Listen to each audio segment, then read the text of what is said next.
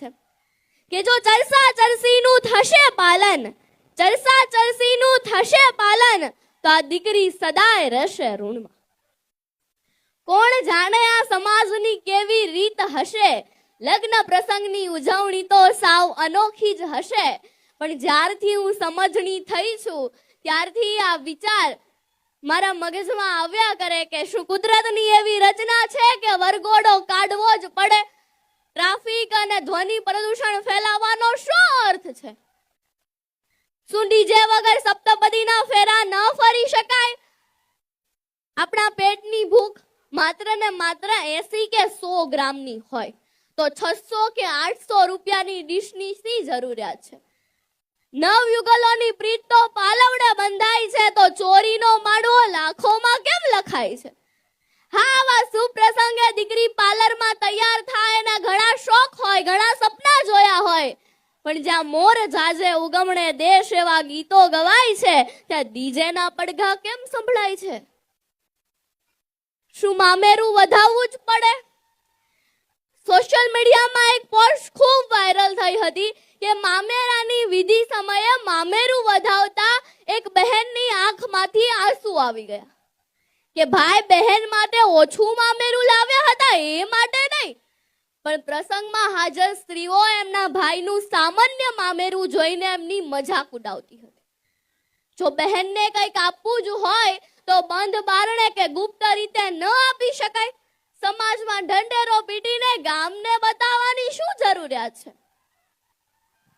અને હમણાં તો અલગ જ વાના રસમ, પીઠી રસમ, છાપ ડેકોરેશન અને છાપ ડેકોરેશનના ક્રેઝમાં છાપમાં મૂકવા માટે મોંઘા દાટ કપડા અને 8 થી 10 લાખ રૂપિયાના ઘરેણા તો ખરા જ. શું આ ઘરેણા આપણે પહેરવાના છીએ? એ ક્યાં રહેવાના છે? ઘરની તિજોરીમાં કે બેંકના લોકરમાં? આજે દેશમાં કરોડો ટન સોનું એ બેંકના લોકરમાં જોવા મળે છે. એટલે જ આપણા દેશની ઇકોનોમી નીચે આવી છે. આપણા ગુજરાતીઓમાં આવી કહેવત છે કે લાંબા જોડે ટૂંકો જાય, મરે નહીં ને માંદો થાય.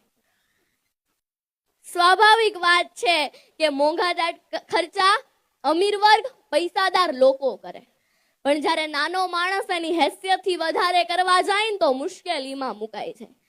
જ્યારે કોરોના આવ્યો ને ત્યારે આપણને સમજાવતો ગયો કે માણસ ઓછા ખર્ચે પણ પોતાનું જીવન શાંતિથી જીવી શકે છે. દેખાદેખી કરીને, ખોટા ખર્ચા કરીને દીકરા કે દીકરીના ધામધૂમથી લગ્ન માટે એના પિતા પર કેટલી મોટી જવાબદારી આવી પડે. આ બધું જ જાણવા છતાં મૌન સેવાય છે. પણ દુઃખ તો ત્યારે થાય છે કે નથી ને તોય કરવા જાય છે ને અંત સુધી હપ્તા ભરાય છે. કદાચ એટલે જ આ સમૂહ લગ્નનો ઉદય જ એ માટે થયો છે. ધર્મનંદન ડાયમંડ્સ પરિવારમાં કામ કરતા કાર્યરત કર્મચારીઓ કે જેમને પરંપરાગત ખર્ચ કે ગજા ઉપર વટતા ખર્ચ ન થાય અને એમને રાહત મળે, એની ભવિષ્યમાં એની મૂડીને બચાવી શકે, એ માટે આ સમૂહ લગ્નનું આયોજન કરવામાં આવે. આ ધર્મનંદન ડાયમંડ્સ પરિવારની તમામ યુવા ટ્રસ્ટી ટીમને હું દિલથી બિરદાવું છું.